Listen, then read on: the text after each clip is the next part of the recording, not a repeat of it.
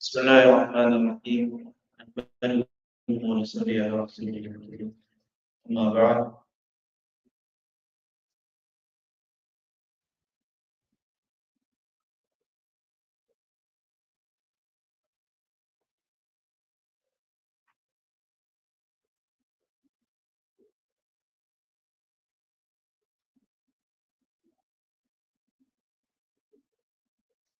من أبي هريرة رضي الله تعالى عن النبي صلى الله عليه وسلم قال: إذا زنت الأمة فتبين زناها فليجلد الحد ولا يثرب عليها، ثم إن زنت الثانية الحد يثرب عليها، إن زنت الثالثة فليبيعها ولو بحق شعر. Both Imam Bukhari and Imam Muslim rahmatullahi alayhi were respectively record this narration. Sayyidina Abu Hurairah radiallahu anhu is the Rawi, is the narrator. He says that when a slave lady, the slave woman commits fornication and it is proven, she should be flogged and not rebuked. If she then commits fornication a second time, she should be flogged and not rebuked. If she does it a third time, then the master should sell her, even if it be for a rope made of fibers.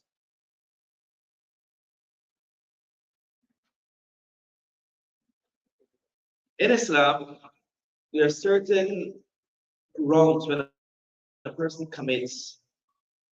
There's what we call a hadith, shari'i punishment that is given up.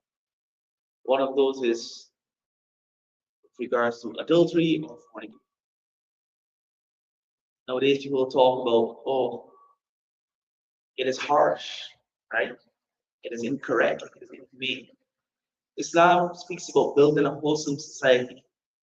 Islam has come to bring about goodness in the community.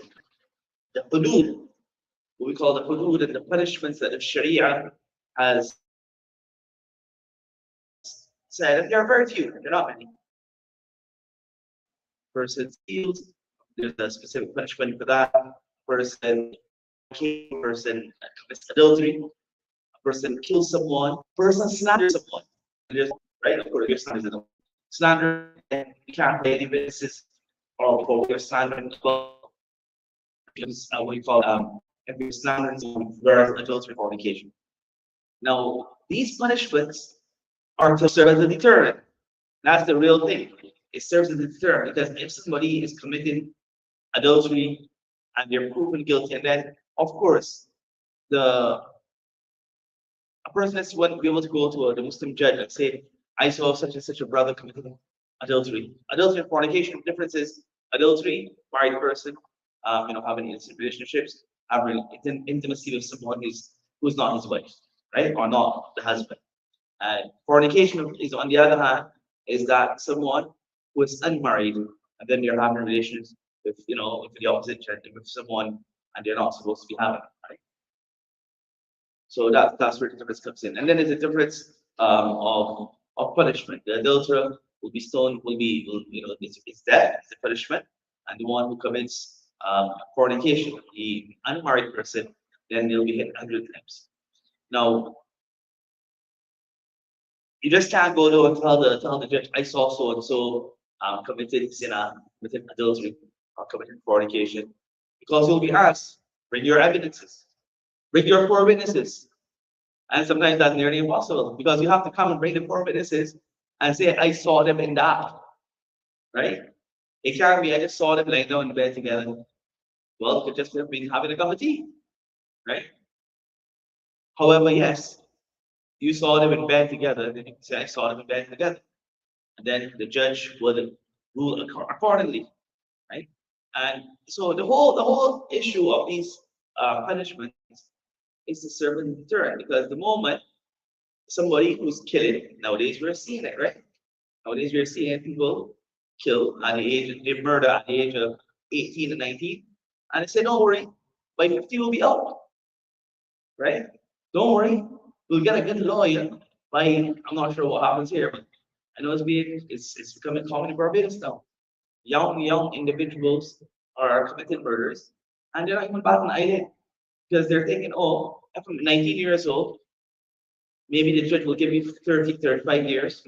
Then after what happens, you put in a plea and you put a request in, then 10 years are chopped off, then another, sometimes you say, oh, good behavior.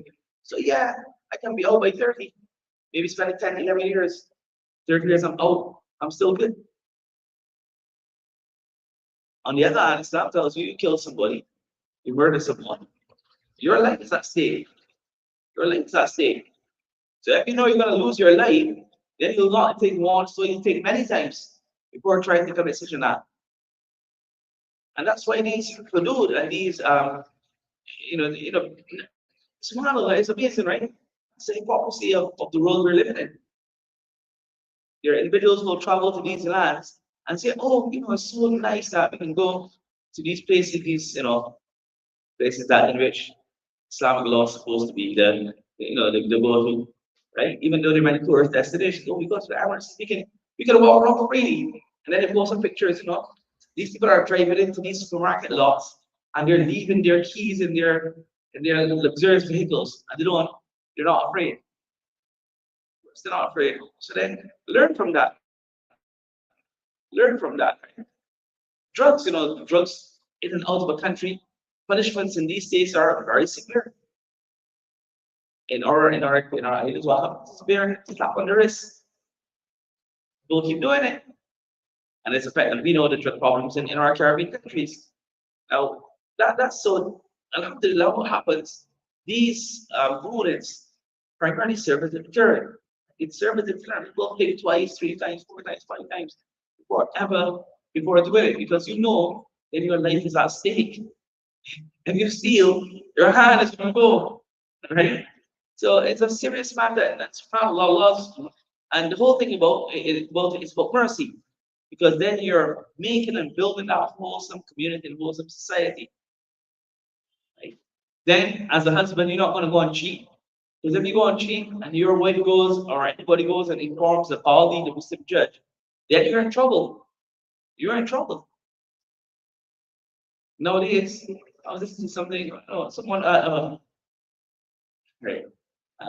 Maulana Sheikh Salmi yesterday said, subhanAllah, we're living in a society where a wife or a husband can go and cheat on the other. And say, take for example the case of a wife, because a husband will cheat. Sometimes the wife can't say much, right?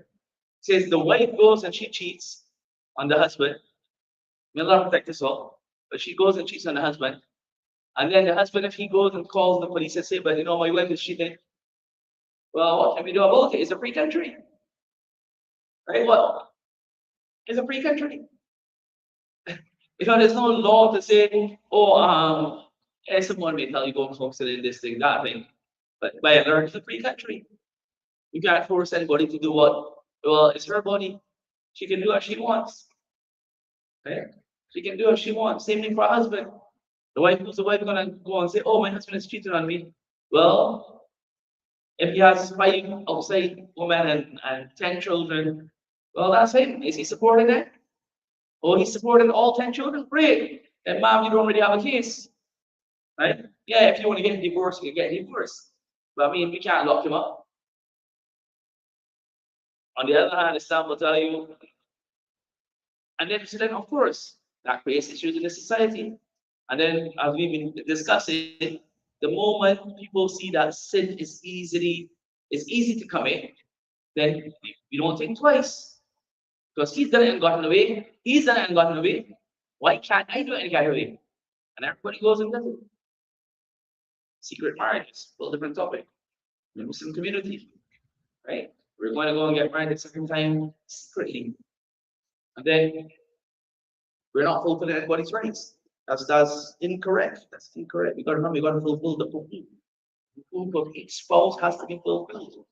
Right? That's a whole different topic. Right. So here what happened was Prophet ﷺ mentioned that if perchance a slave woman, she commits, she fornicates, now you'll give her the punishment. And the punishment for the slave is half that of a free person. In those times, who were the slaves? Generally, they were people who were the prisoners of war, who were captured by the Muslims, right, during the war. And now that's their punishment, right? Nowadays, we don't have that concept of slavery. It's a whole discussion. And of course, just to remind everyone, it's not slavery, the concept of slaves when they were under the rule of Muslims, and slave in what we thought of slavery in terms of those who were brought to the shores from Africa, different things. In Islam, slave had rights. Prophet ﷺ after Badr, he used to make sure that the slaves were treated, they had food to eat. And the Sahaba mentioned that Prophet ﷺ gave so much emphasis about treating the prisoners of war correctly that we were giving them the good food and we were eating the very, very simple food. And then the Sharia explains many times that, for example, sometimes when you have to give the fidya, the kafara, right, the kafara, you have to expiate for an error you've made. Many of those, one of the first things that will come is to free a slave. Free a slave. So the Sharia wasn't telling you to keep slaves. The Sharia actually was bringing about this idea of freeing slaves. But of course, sometimes in communities, it may be better that a person stays with you. Remember, it's not like nowadays they just pick up and just go back to your homeland. It becomes very difficult. Just imagine a person who has been brought, who's a slave, who's been brought to your foreign country. How are they going to travel through the deserts and wherever else to get back? So you keep them by you. You look after them. You pay them a wage. You arrange their marriages. Quran mentions about these things, arranging their marriages, giving them a good life. All of that, subhanAllah, right? And you're not to hurt them. You're not to think. There was one incident of Abu Dhar. He was Abu Dhar, or one of the Sahaba, and he was wearing, instead of, so sometimes you have two cloths or one cloth. He was wearing one cloth and service with another. And he said, "What's happening here?" He said, "Well," and he explained that I treated one of my, and I was admonished by the Messenger sallallahu alaihi wasallam, and I've been told that what you wear, you may never wear, right? So you were not allowed to treat those under your care, of those who consider slaves, that you're not allowed to treat them how you wanted, or treat them in an abusive manner, right? Otherwise, the Prophet ﷺ also taught that there's going to be accountability. Again, that's another discussion.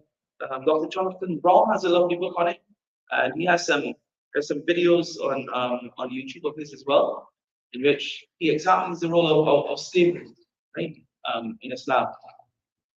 So if a slave girl commits zina, now she'll be given the punishment. Now, what is amazing here is that the Messenger sallallahu alaihi wasallam said that she should be flogged and not rebuked. She should be flogged and not rebuked. The punishment has to be given out. Who gives the punishment? Then there's an ikhtilaf here.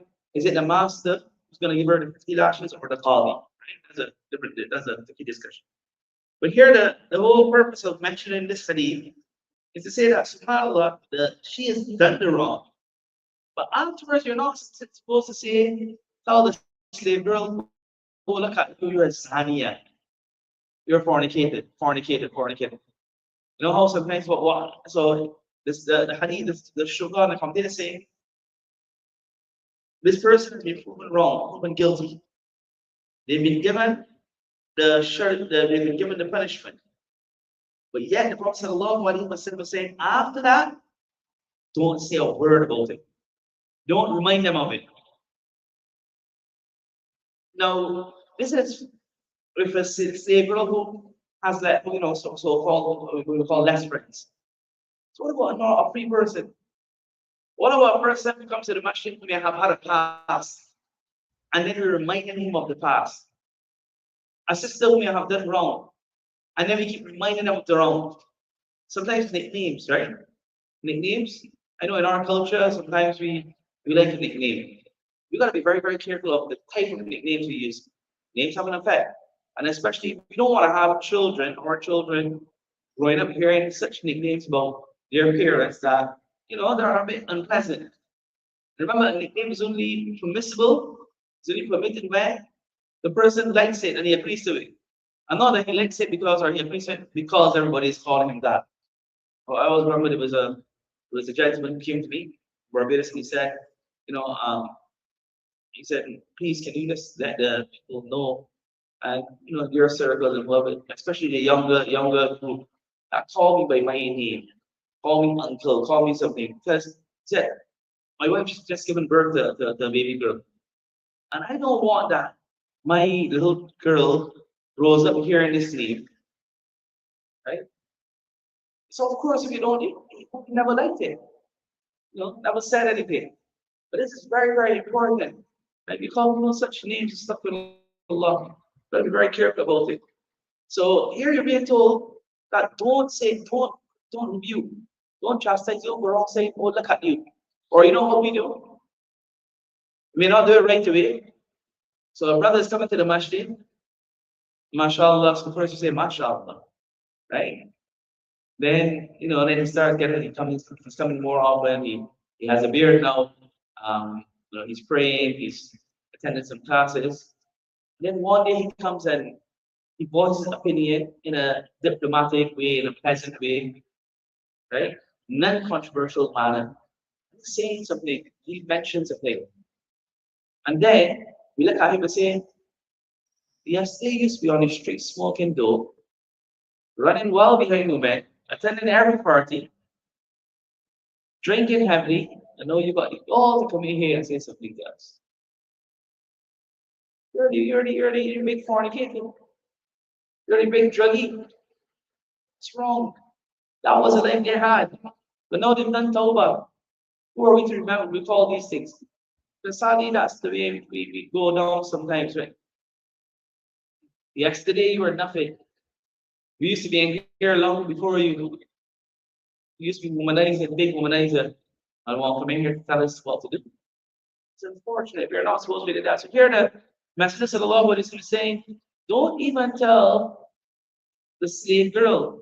Don't rebuke her. Then the Prophet goes on to say, if she does it a second time, no problem. The Had comes back and put her again. The Shari'i punishment, right? But again, don't rebuke her. If the third time she does it, now the master is told, go and sell her. Even if it be for a rope made of fibers. Even if it be for a rope made of fibers. Somebody may say, remember we've been talking about been talking the whole time about the importance of unity, looking after our brothers and sisters, not harming them in any way.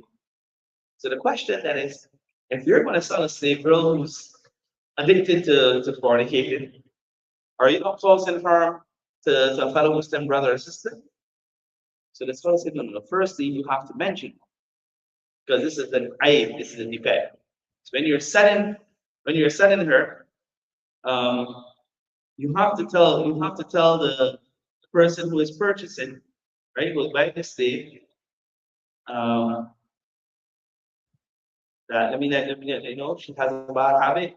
That's why I'm selling, and that's one of the reasons why I'm selling, so that they will make their own conscious decision. Right? So otherwise it's a debate.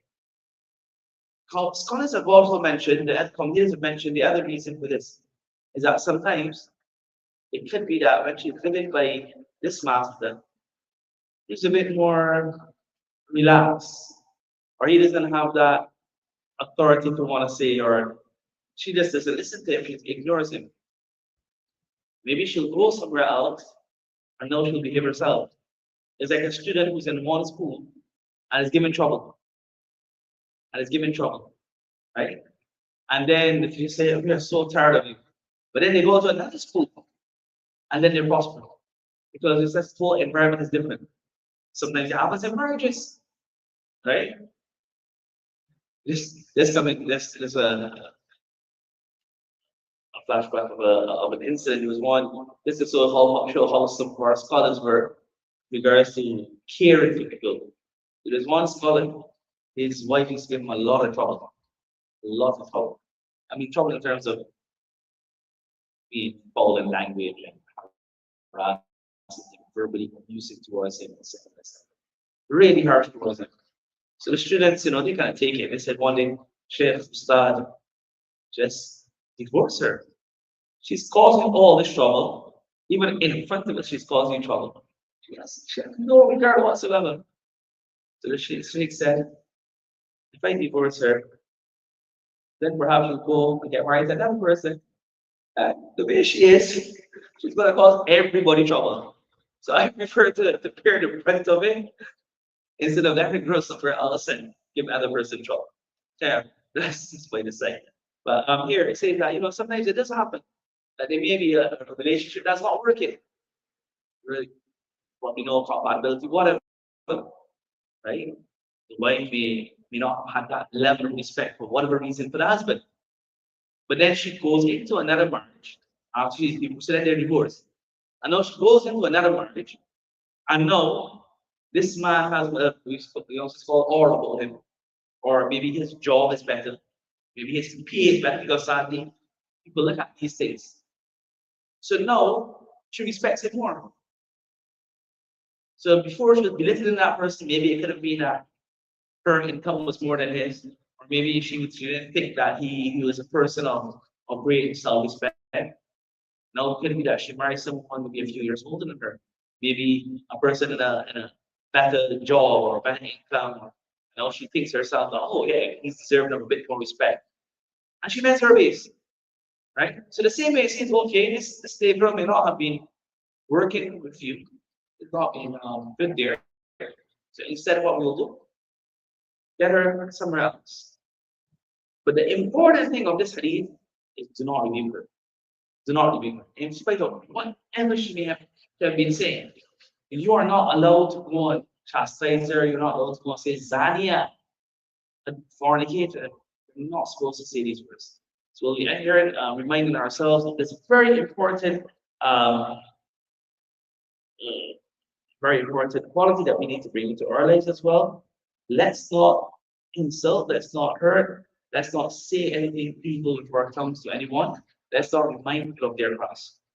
Let's just do the last one with this one hadith. And this is Abu Hurairah radiallahu anhu also mentions this. It says, a person who had consumed alcohol was brought to the Messenger sallallahu alaihi wasallam. Okay, so there's also a punishment for drinking alcohol. This hadith was before that punishment had come down, was revealed to the Prophet sallallahu alaihi wasallam. So the Prophet sallallahu alaihi wasallam said, beat him, right? And I think that was the punishment, not a specific amount.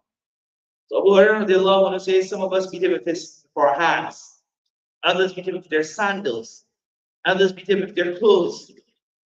When the person now, when the beating is finished, enough is enough now, somebody shouted and said, may Allah disgrace you. May Allah disgrace you. Prophet sallallahu alaihi wasallam said, do not say that. Do not say that. Do not help shaitan against him. In other words, don't make this dua disgraceful. He's done wrong. Punishment has been given. So the punishment will be given, but you're not allowed to disgrace. You're not allowed to disgrace. Don't say this. Don't say these things. And another reason one of the scholars mentioned, don't disgrace him because if you start saying these words, he'll think to himself, why should I be with these Muslims? They're calling me names. I did wrong. I was given the punishment, and still they're going on. And that's where the lesson comes for us as well. And we'll end there. Is that a person apologizes, then you bring up, we'll talk. Again, family dynamics, husband and wife. Happens all the time. Right? Mistake we have made, argument took place, we apologize, and then 5 years down the line, you remember when. Even in our communities, in our circles, you remember when. So here you're being told, okay, he's done something wrong. Don't associate him. Don't associate him. His wrong was that penalty was given. Don't go out insulting. May Allah Ta'ala grant us the understanding, let us be able to live a life of harmony, goodness, togetherness, unity. Amen.